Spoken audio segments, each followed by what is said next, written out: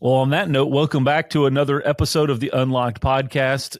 And Tony said, if you didn't just catch that, Lars has never looked better. So he hasn't. It's a low bar, but he's looking fabulous. I mean, a very have a look, folks. The YouTube. Bar, it could also be concerned or misidentified as the floor.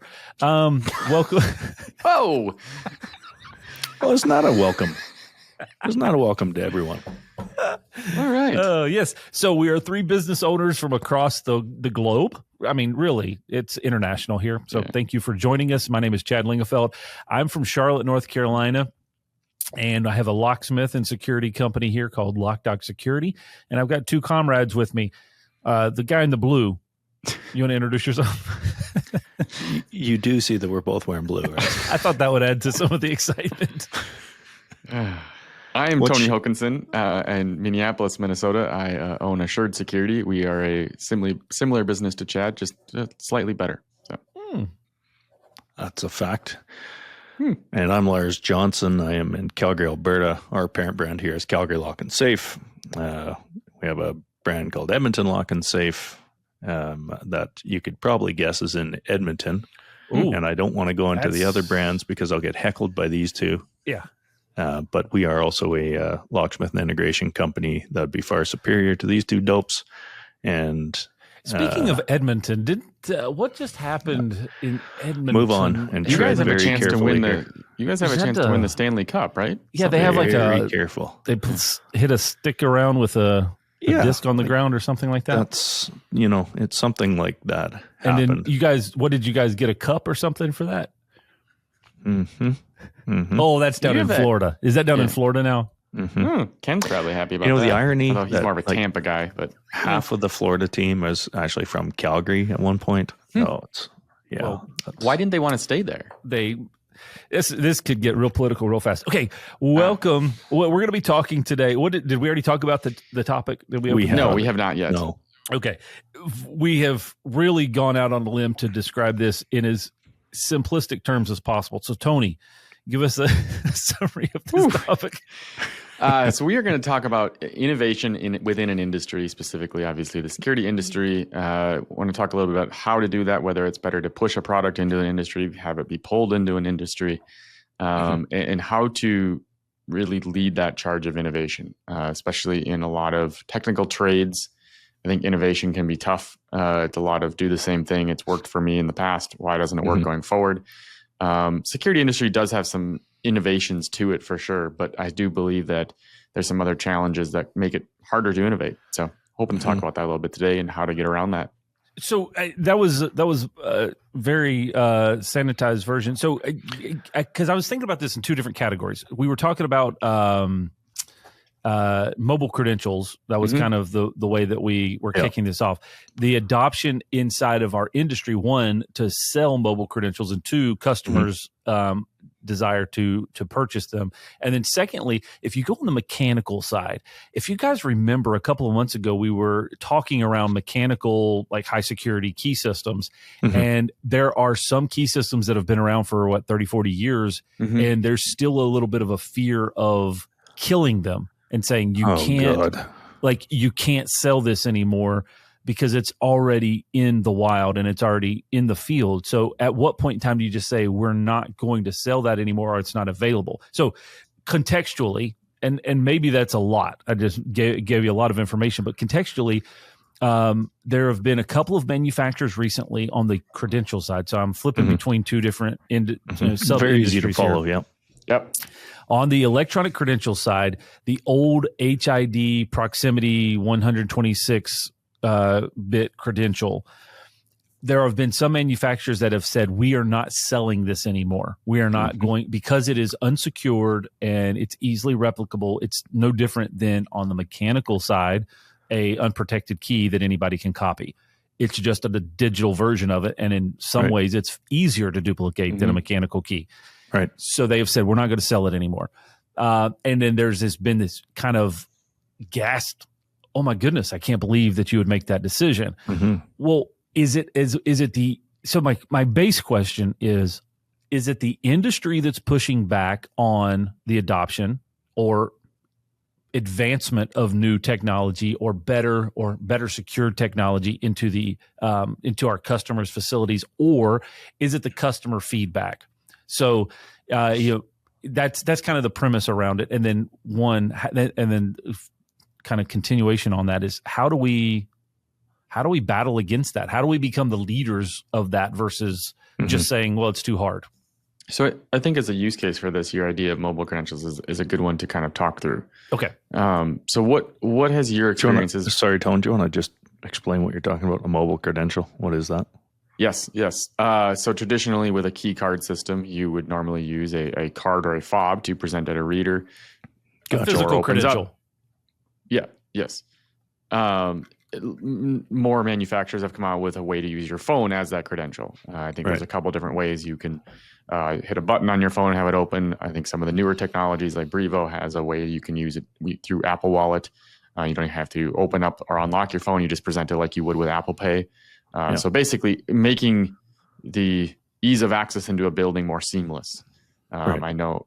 So getting rid of fobs, getting rid of cards. Let's just use our phone for everything. Just carry the phone around. Yeah. Right. Okay. So Chad, you've been trying to sell more mobile credentials, I take it, and have been having some struggles with that? Well, I wouldn't put that category on me. So the way that I'm looking at it is, I believe that wallet credentials, digital wallet credentials are by far the future. I think many states have already adopted a digital identification. So your driver's license can go in your digital wallet. My state hasn't adopted it yet, but some states have already done that. That is, your credit cards are already in a digital wallet if you're on Apple or Google, and all of your payment credentials are stored in your browser. Like the digital version of their physical card is gone away. It's moving away on a drastic level. Many retailers aren't accepting cash anymore. It's only a credit card or debit card. And even more so, a lot of them have moved to that touchless credential. So you're bringing everything back into the phone that you're carrying around. That's your unified credential. Well, why are we as an industry, we have the technology out there to have that same credential for entry into facilities on a mobile device. The challenge comes down to our mentality, I guess, our mindset around selling a subscription credential versus selling a physical single purchase credential. That's really the difference between the two things is the electronic credential, the mobile credential has a ongoing annual subscription with it, or monthly, whichever, right? It has a renewing subscription, and the physical credential is a one-time buy until it breaks. Yeah, interestingly, I think some of the pushback we've had with them is less to do with the subscription and more to do with people don't want to deal with the administration of, I manage a property and then I'm putting in access control for my tenants, and then my tenants have to give these out to their employees, and not wanting to have to deal with that administration of programming their phones. Not all employees have work phones, and getting that credential from onto a personal phone. And we've had some pushback there, and I think for mobile credentials, at least, it's less about price and more about convenience. Property managers don't want to deal with residents' or tenants' phones. Which, yeah, and I mean from the educated side, because this is what we do for a living. Do you think it's any more work to program the phones than it is the fobs? Or is it just different? I don't think it's any more work to program it. I do think it's more work to administer it. Like instead of handing you a fob, I have to get your phone and teach you how to use it.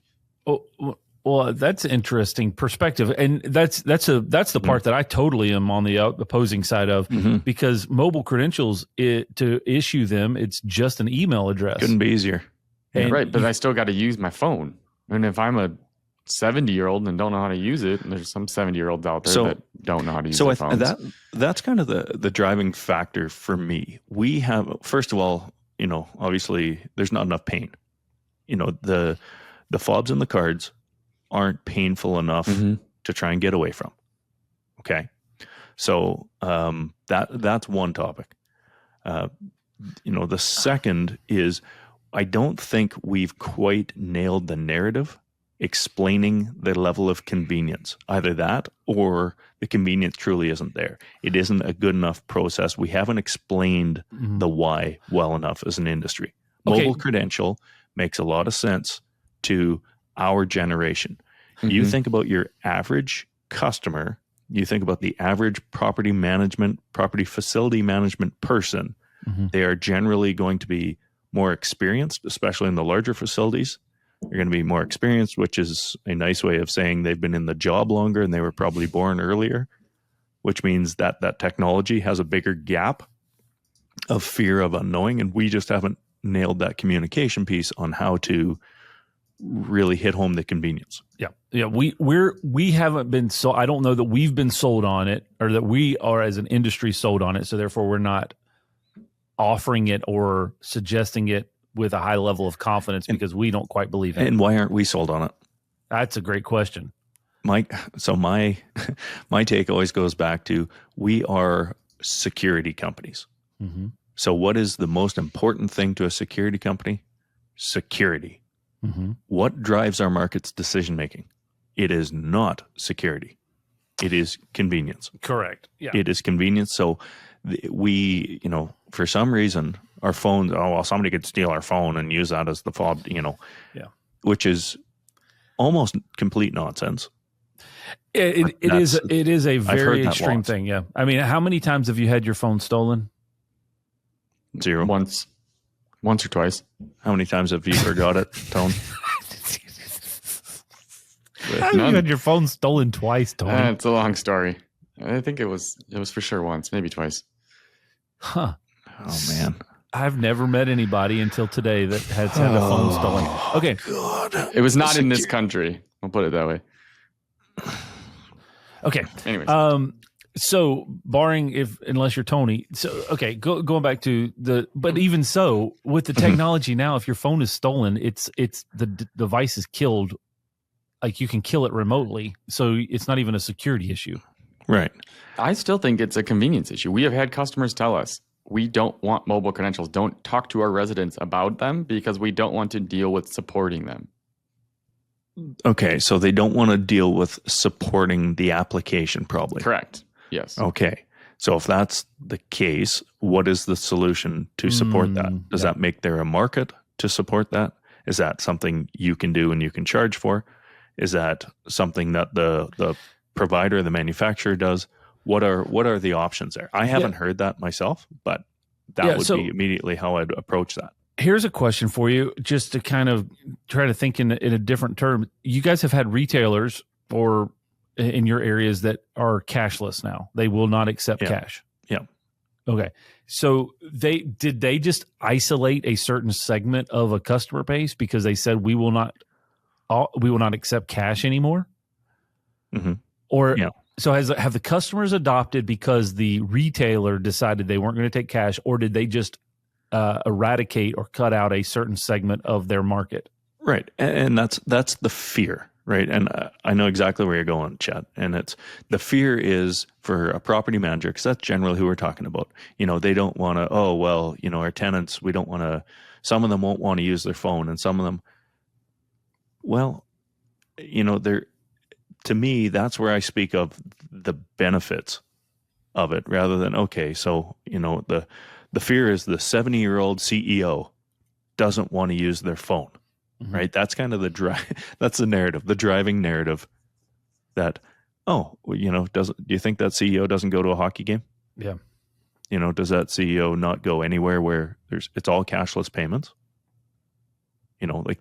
That's just, again, training the narrative for us when we're selling it to talk through those common fears. So I would agree with you, Chad. It's a fear that our end users or who we're selling to have, rational or not. Cool. We have to improve on how to talk through that. Or a very minor fear that a minor subset of your market has, and you make that to the majority. So and because that's the easy answer. The path of least resistance is to just stick with what we know. Which goes back to the pain isn't enough. Yeah. Right.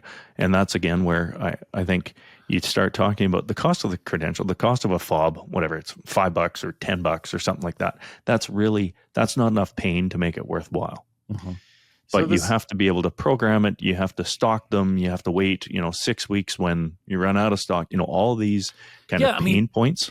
And from an integrator perspective, the stock and inventory for a hard credential is sitting on the shelf.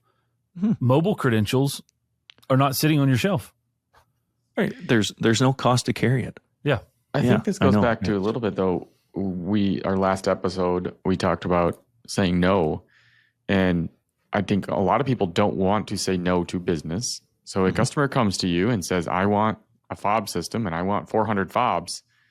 I don't think most people in our industry are going to say, well, you shouldn't have fobs. You should have this.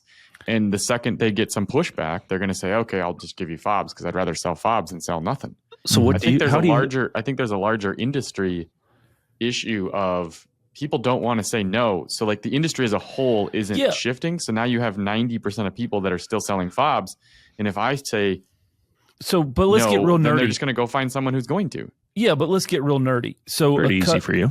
An office complex, a grade Class A office complex comes to your business and says, we need to put new locks on all of our office doors.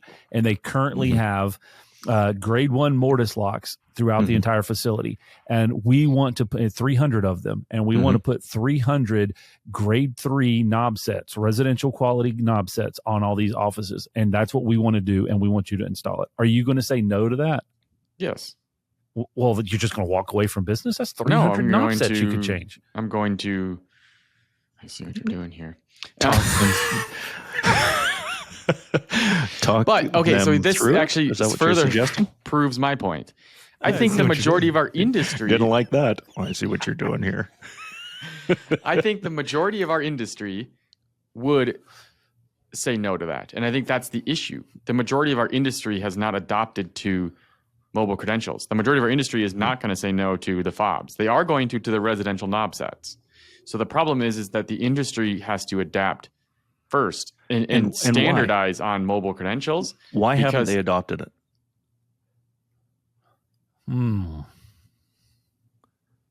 One, I don't know that the market is demanding it. I think currently, the market wants faster horses. That's what the market always wants: a faster horse. But I think there's an issue with our market in most trades specifically locksmith and security is there's no standardization. There's no governing body. There's no security standard out there. Correct. So it starts with the dealers, right? It starts with us making the decisions that we want to, that we're going this path. The credit card services, banks, all of those folks have gone into an alignment that said, we're going to offer touchless credentials. Correct. It is more secure. It's better tracking, blah, blah, blah, blah, blah. Is it easier for them to distribute, or is it harder for them to distribute and manage wallet credentials, wallet credit cards and debit cards versus stamping out hard cards and mailing them? Cards, right. Well, to my understanding, they're still doing both. They are today. Yeah. But at what point in time? Forever? Correct. Yeah. Okay. So that's an interesting question. Why do you think banks are going to mobile credentials? Why do you think folks? Because there's no cost. It's easy. It's convenient. It's very, very simple. And you got to think the manufacturing cost around hard cards. But they're still giving you a card. For only now. If you ask for it. For now, yeah. You don't think that's going to go away? Yeah. I think 100% it will. Hey, go open a new bank account or a new credit card right now, and it will walk you through the process to get it on your mobile device today so that you can use it, and you have to wait a week and a half or 2 weeks for a card to come in the mail. So you think that they're doing it from a self-serving standpoint, not for a pleasing the customer standpoint? Well, no, I also think it's easier for the customer. Again, well, it's definitely easier for the customer. That's why I think they're doing it. Customer satisfaction. I don't think they're doing it for themselves. They're still sending you a card. Just for clarification, you think that credit card companies are doing something for customer satisfaction? Just like a telecom company? Yeah, there's probably nothing in it for them. They're just doing it. You're satisfied. They're making it convenient, and therefore you will use it more because they know that you may not always have your wallet with you, but you are going to always have your phone with you. So they know that yes, you're going to spend more. And he gets it stolen. Yes. And that, going back to, kind of what we're talking about, part of our conversation. So I just had this, I flew to Winnipeg last week. Oh, and I was talking about, I was talking to a customer there that had a convention center. Oh. And we were talking about mobile credential. And they're like, oh yeah, that's amazing. And I said, because how often does security have to go let somebody in because they forgot their card? It's like, well, once a day, every day. Mm-hmm. I said, right. Because if you lose, this is the narrative to start that conversation, to point out the pain points for the customer. Okay. It's, if you forget your fob or your card, you go to work and I'm an idiot. I forgot my fob on my card. You talk to security or you have a friend come let you in or something like that. Right. If you forget your cell phone, you turn around and you drive home and you get your phone. Right. Because you can't live without your cell phone. Fun fact, I can't drive my car without my cell phone. Correct. Don't get very far. Yeah. So I'm not leaving my house without my phone. Right. So that's the point that starts the narrative. Like, so this nonsense about, oh, well, people, have their phone. They will always have their phone. And that, okay. And there might be some learning, but do you think most people use their credit card on their phone? Do you think they use an app for online banking? Mm-hmm. Right? I'm going to say, yeah. So really starting that narrative, and that starts with us. Now, I do think that the manufacturers have got to be better at the simplicity of onboarding, because I do think that maintenance, like I'm going to use Brevo, for example, right? So they have the solution where, oh, all you have to do is do this and then, punch in your code and then open the app and then press this button. That's garbage, right? That's not a win. That's a step, but we have to close that gap in convenience. So I would say one additional thing is I don't think manufacturers in our industry, security on the mechanical or the electronic side, are good about end-of-lifing products. And if you look at Windows, if you look at Apple, if you look at Samsung, any of the technology components out there, at some point in time, they say, we are not going to support this anymore. You are not going to get updates. You are not going, like, at a point, the product is dead to us and you either upgrade or whatever. And the security industry, and I think it's that fear of customer pushback that we've told ourselves. And that's the part that I can't quite figure out, but it's this fear of customer pushback. I believe that if we kill a product or a product line that's been around for 10 or 20 or 30 years, then customers are going to be irate and they're going to go buy something else. Well yeah. This happened with a very large manufacturer. They discontinued a product line or a software, and they got a ton of pushback, and then they reversed it 2 months later. We had all of our customers freaking out. This is going to be discontinued, and I understand why they did it. They wanted to move to a subscription-based software that they were rolling out, and all of the customers pushed back, and then they just rolled it back. Correct, because they get fear, and so they roll. So then there's no. I mean, there's 13 examples that you can probably come up with in our industry where somebody says this is going to be the end, and one, either nobody in the industry picks up their butt and gets it done, or two, they make such a big stink because, well, I like this software from 1982 better. And so then the manufacturers are forced to support it far into the future where they actually shouldn't, and they've got undue resources to support something. That, like, we're bad at as an industry in just killing the old stuff and forcing adoption to new, better products and technology and solutions. Which I would also then say that if the new solution isn't aligned, and I think this is more the problem in our industry, if the new solution isn't a good enough improvement that is aligned with what the customer wants, there's not enough pain in using the old one. Like, our industry is focused on, again, I'm going to say, is focused on security. So we release a new product that has, crookeder pins, or it has a longer patent life, or the key has a moving, widget in it, and therefore it's far superior. But that's only to the few people that subscribe to that's what they're looking for. Right? So I don't think there's a big enough gap between what's existing and what's new to really push that next. Yeah. It's not that far advanced that it's a forced need. Yeah, it's not that much better to spend the money. And I get that. And I would not suggest that it's this thing that you need to upgrade every 2 years or 10 years or whatever. But at some point in time, when you've extended your lifespan, just say, for instance, let's just think Apple, because it's an easy thing. It's a consumer-based product, right? They released their first iPhone in 2007? Mm-hmm. If there was still active support for that phone today, there are some people that would still be using it. Maybe you and I wouldn't, because we want to progress and have the latest technology every couple of years. But there will be somebody that's like, well, I paid $700 for this phone in 2007. I'm not going to give it up. I have to carry around a portable battery with me all the time because the battery doesn't work anymore. But by golly. But Apple at a point said, we're not going to give you the latest software. And now it will not even check into the cell phone companies had to sunset old technology with 2G and 3G because it was a resource hog for them to be able to do that. So they had to cut it off. Was everybody happy about it? No, because some people just didn't want to move. But in order to enable 5G, they had to offload 2G and 3G. It was just, this is a normal transaction of life. You just reminded me of, on the Locksmith security side, we've got to change our mentality, because a good portion of us really take pride in having everything that a customer would need. Mm-hmm.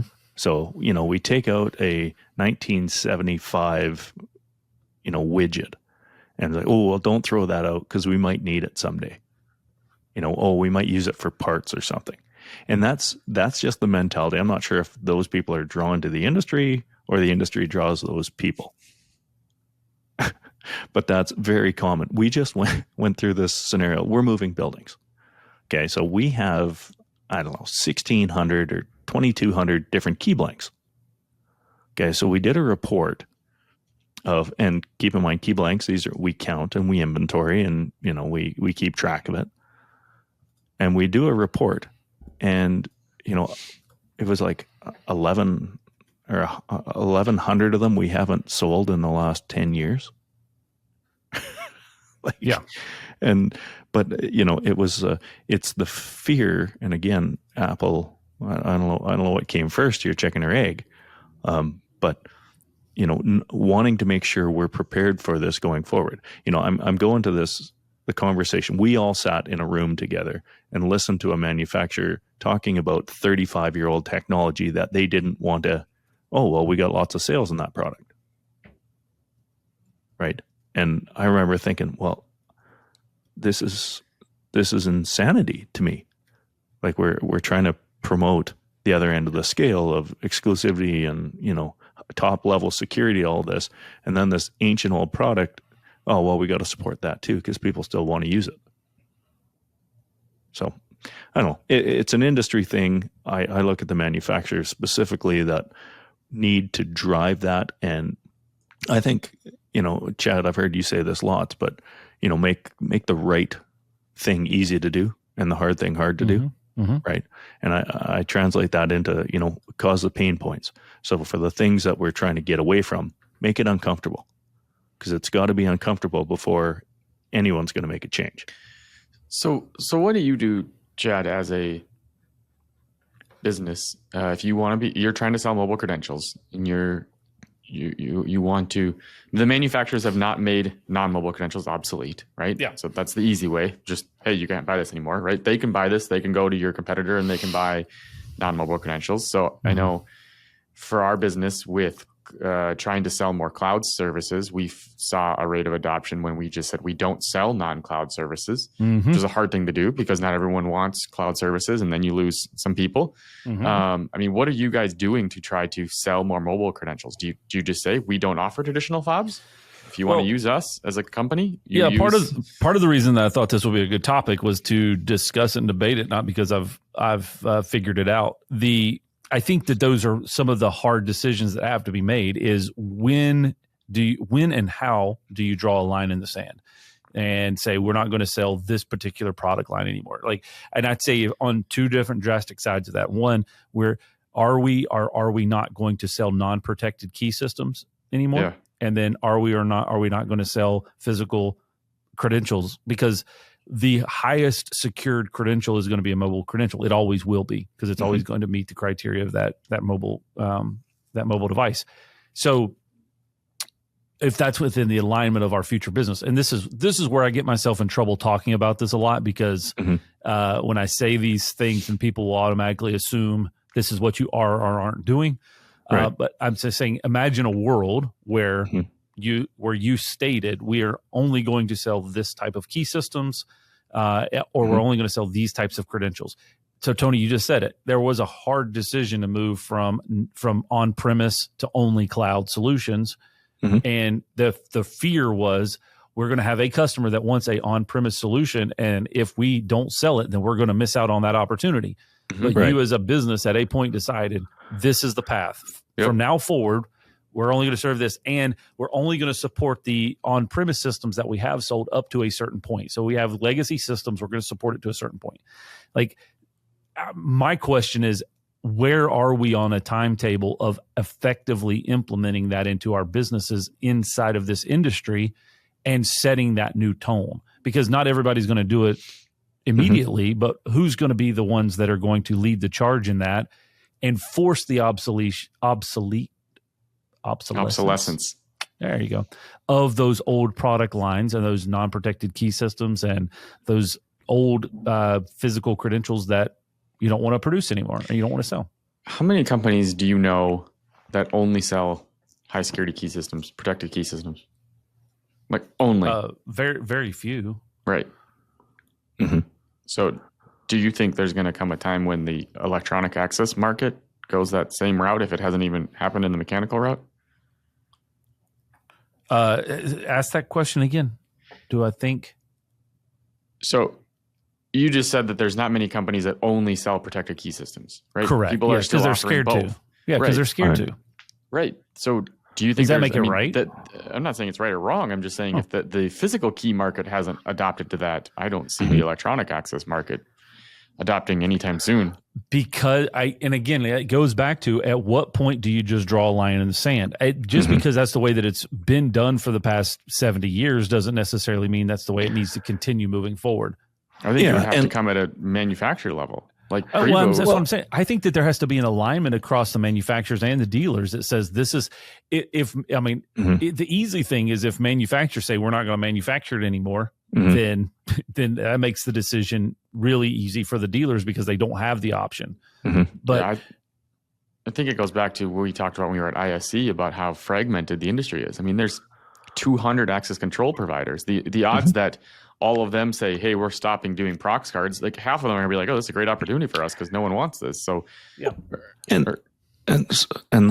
that's true. And that's always it depends default answer. There's, our industry is very unique and, we have yours and everybody else's. Well, okay. Exactly. But we were talking about cable TV. There's 3 cable providers. You got to get 3 of them to band together and make a switch. We have 200 access control provider or manufacturers that you have to. Right. So, I mean, just the way I look at this is I don't really care what everyone else is doing. And if somebody wants to sell all 200, I think good luck to them. I think what Tony is saying is if some of the manufacturers will say, oh, well, if ABC manufacturers are not going to produce these old prox fobs anymore, then we can reproduce them and sell them. Well, yeah, I think it's a joint alignment, right? Manufacturers have to say we're not going to do it anymore, and the dealers are going to say we're not going to sell it anymore. But if the dealers, there's not enough of a market differentiator to say I want to use mobile credential. Like again, going back to the TV analogy, Netflix came out and it was far superior to using cable. So the customers said, "This is great. I'm going to start using this." I don't think there's enough of a differentiator between mobile credentials and physical credentials. There is a differentiator. It's bigger or better, but it's not so much better that everyone starts using it and then is like, I would agree. This. That's where we have to enhance the story. Yes. The education side. How right? can even saying, don't even say like, well, they're better. Like, why? And does anyone else care? Right? Do the customers care? And that's where we really struggle, is explaining that why. Correct. Because I would say it is significantly better because you don't have to carry an extra physical credentials. You never have to carry your keys or fobs or anything. It is way better. And it's so much easier to maintain. It really is. So but again, we have to believe that and understand that and use it. But I would imagine most of the people that are selling these credentials probably have a keychain with 12 cards and fobs on them. Yep, 100%. And so that's why it's better. But until you use it and integrate it into your life, then you don't know if it's better or not. Mm-hmm. So if you can picture that scenario where you have, and I'm already annoyed with myself for not asking, because there was 3 guys sitting there when I was having this conversation last week, and 2 of them were like, yeah, mobile, that's where we want to go. The third one was, I don't know, and he did have a big keychain. But what I should have been asking then was, what don't you like about the mobile credential? Like, tell me the story where these things are going to fall apart and make a mess, because I have to understand that so I can then think through that and then fix and talk my story, talk through that scenario of where that's going to work, because there's no doubt that is where we're going. No doubt. And it's better. Did you say why? No. I was going to say something else and I was waiting for you to finish. Okay. Well, that'll never happen. So go ahead. Why do you, as a business owner, want to sell mobile credentials?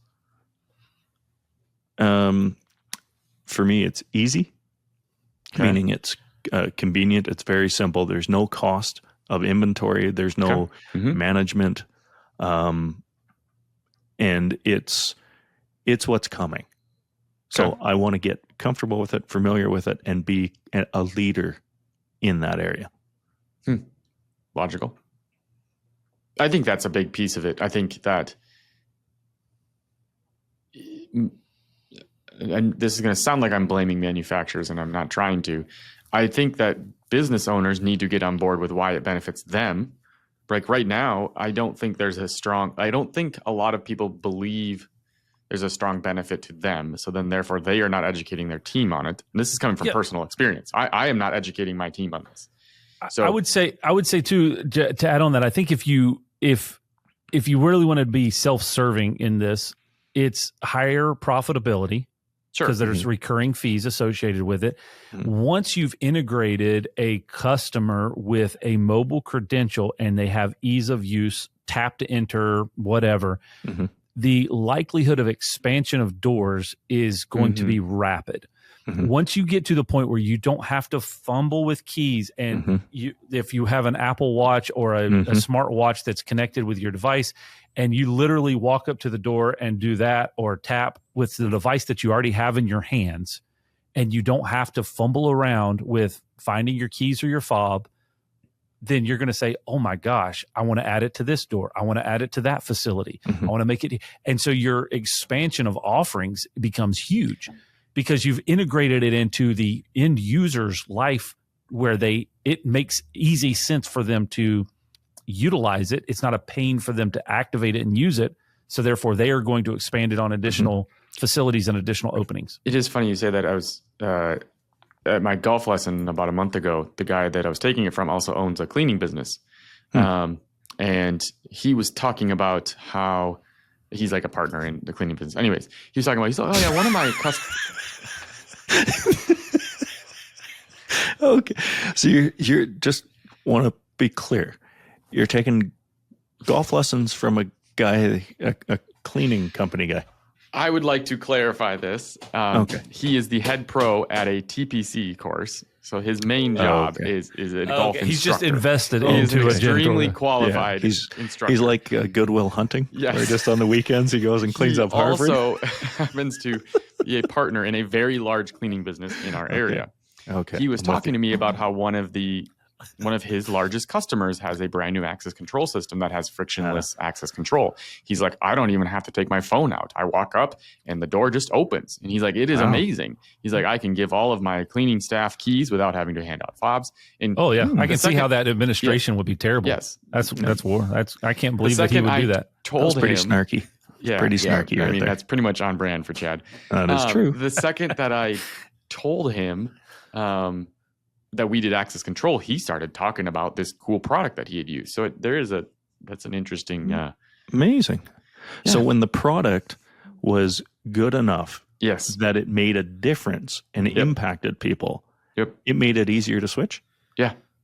Shocking. Well, and the summary around that is we have to be confident enough and utilize it ourselves to talk about it so that customers can experience it, because once they experience it, then they will. But if they don't ever have the opportunity, then they're not going to embrace it because it's the unknown. Yes.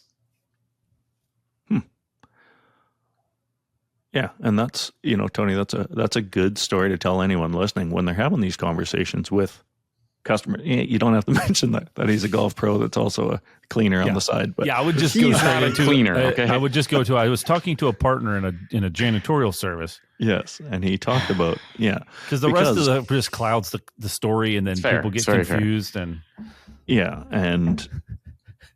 and I'm very curious how he managed to fix the symphony going on in your brain, trying to calm that down. But so far he's done a pretty good job. Only one lesson in though. So. The one lesson, perfect. But that story explaining like property managers, because that's really the market that this makes the most sense for, right? The biggest liabilities, cleaning and security. Why? Because that's the highest turnover, right? And they might say, oh, well, it's, if the cleaners lose the keys, it's their responsibility to pay for the rekey of the building. And that's true. But how enjoyable is that for everyone? The cost is going to be low, but you're going to have to hand out and redistribute keys to absolutely everyone. You're going to have to organize having, 1,000 doors, or like, it's such a pain. The biggest pain is that you have to tell your tenants that there were keys that were floating around for X number of days to the facility and nobody knows where they are. That's the pain. Yeah. And so, I mean, that story you just said, that's a really nice selling feature. And I think, as Chad said, well, it starts with a door. Okay, so let's just do the cleaning doors. Okay, and let's put them all on mobile credentials so they cannot lose a fob. They cannot lose a credential of any sort, right? That is a very good story to explain, how to add the pain to the story. Mm-hmm. So, and if you can get a golf lesson out of it, it's also a nice touch. Brings it all together. All right. So takeaways for today is, for me as an industry, one, we have to figure out what our line is going to be in the sand, where we're going to stop and say anything past this, we're not going to sell it anymore. We're not going to offer it anymore. We have to really just kind of set the standard of what we're going to offer and what we're not going to offer. And once we do that, it's obviously not going to be an immediate adoption to it, but it has to start somewhere. So if that is today, then maybe in 12 months or 24 months, you're starting to see the full results of it. But if you wait 12 or 24 months, then you're another 2 years down the road before you're going to feel the full impact of it. So at some point you have to start. And then we have to believe it ourselves first in order for it and see it work for ourselves before we're going to be able to talk to our customers about it. Yeah, that was my biggest takeaway, is that our industry is a little bit slow to adopt, and we have to kind of pull the change into the industry. And I think the best way to do that is make sure your team is familiar with the benefits and comfortable with all the products, and make sure that they buy into it. And then they can. Tony, do you have mobile credentials for your team on your facility? We just rolled it out about a month ago. Okay. Lars, what about you? We're moving into a new building, and we will. Yeah. NFC mobile credential with Brevo. Now, interestingly, I think we gave it as an option. I'm right. intrigued to probably take that option away. I'm absolutely not giving that as an option. Yes. Yeah. They want a faster horse. Yeah. I had a takeaway. Now you've confused me. There was a piece of tinfoil on the ground that distracted me. Give me a recap. What did you just say? Me or Tony? Oh boy. I said that we have to put a line in the sand at some point because it's going to be a 12 to 24 month cycle before it impacts. That got me going. So okay. Because we were talking about a little earlier, Tony, you were saying that, well, the locksmith industry, and we still support 1,000 key, et cetera, et cetera. And I think a big part of that is because of the circumstance. A lot of these companies have been around for a long time, and just over time, we've got now 40 years of different technologies, and that's why we support a whole bunch of mess. Mm-hmm. But if we, were to say, okay, today we start again, how would you go forward? And again, I'm going to make a reference to Al Ponte with Phil and Sons and Daughters, in somewhere in Indiana. But Al's got the platform. They sell the handful of products, and that's it. And so our company, we just started a new brand called SmartMFF, and it sells very, very on brand with you. It's a multifamily company. We do smart multifamily. Mm-hmm. I'm sure you do. We do.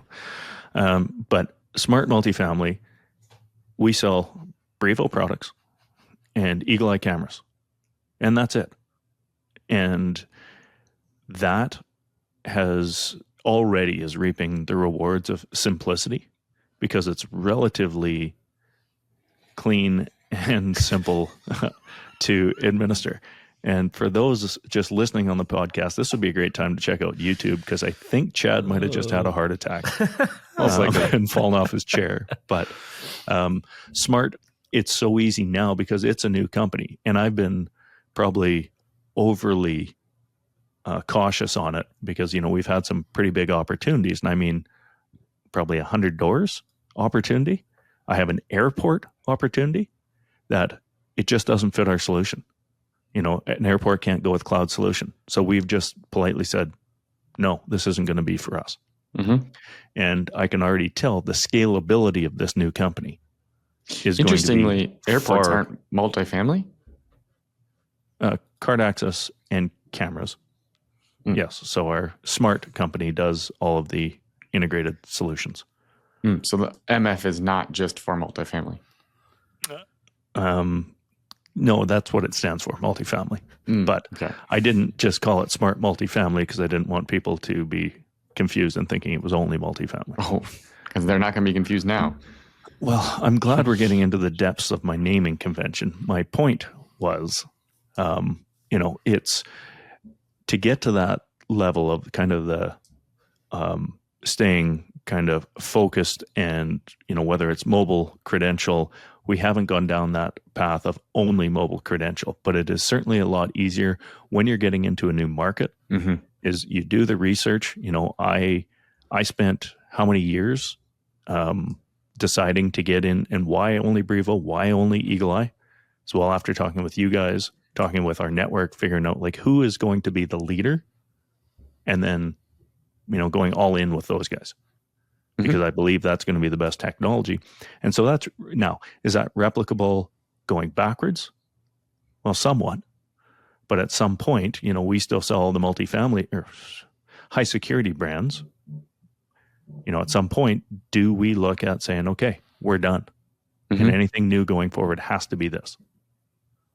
And I think that's probably the start and probably the challenge I'd throw out to anyone listening to this is, well, when is it time for that? Mm-hmm. So that was a bit of a rambling takeaway that I got from this conversation. Yeah. And if you're curious, it's Phil and Son in Crown Point, Indiana, if you would like to look them up and see some additional information on Phil and Family now, was it not? It's Phil and Son is the actual name. It's a third generation lock company that also expanded into access control and integrations. So it was Al's dad, Al, and his dad, Phil, was the ones that originally started. So Al's dad is the son, and Al's grandpa is Phil. It's Phil. It's philandson.com if you want to go find out information about them, and you can see they've got a great website and lots of information around their platform. I hope he sponsors this podcast.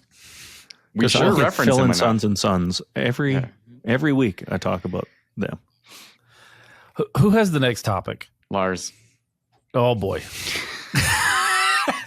I thought this was my topic. We already bailed you out once. No, you still have a topic. This was my topic. I came up with this one because you couldn't come up with anything. Well, technically, what do you guys want to do for the next 10 minutes while I think of this? Chad, land this plane. We're going to have a mystery topic next week. Oh, exciting. We don't have the bandwidth to go through this nonsense again. Chad, I agree. Where can the people, the masses that are looking to find me and also, I guess, you guys, where can they find us?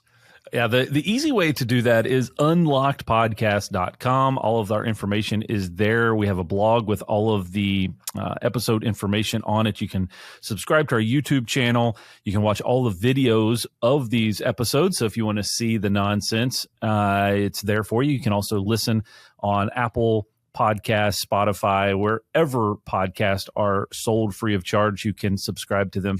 We have a new episode every Thursday morning, and this marks our 37th episode. So make sure that you go back and listen to all of the other 36 episodes and check those out as well. One of the most recent ones, episode 35, was a brainstorming session around leadership pipeline, figuring out who is going to be the next leader in your organization. How are you building a program for sustainability there? Great topic of conversation for those that are trying to scale a business or grow to that next level. So thank you guys for listening as you do every week. Thank you for reaching out on LinkedIn, email, phone call, text message, Instagram, or if you follow Lars' TikTok channel, then I'm sure you'll get lots of entertainment there. So thank you. Thank you for joining us again today. And we'll see you on our mystery top secret topic next episode. We will all find out together at our next recording. We'll see you next time on the Unlocked Podcast.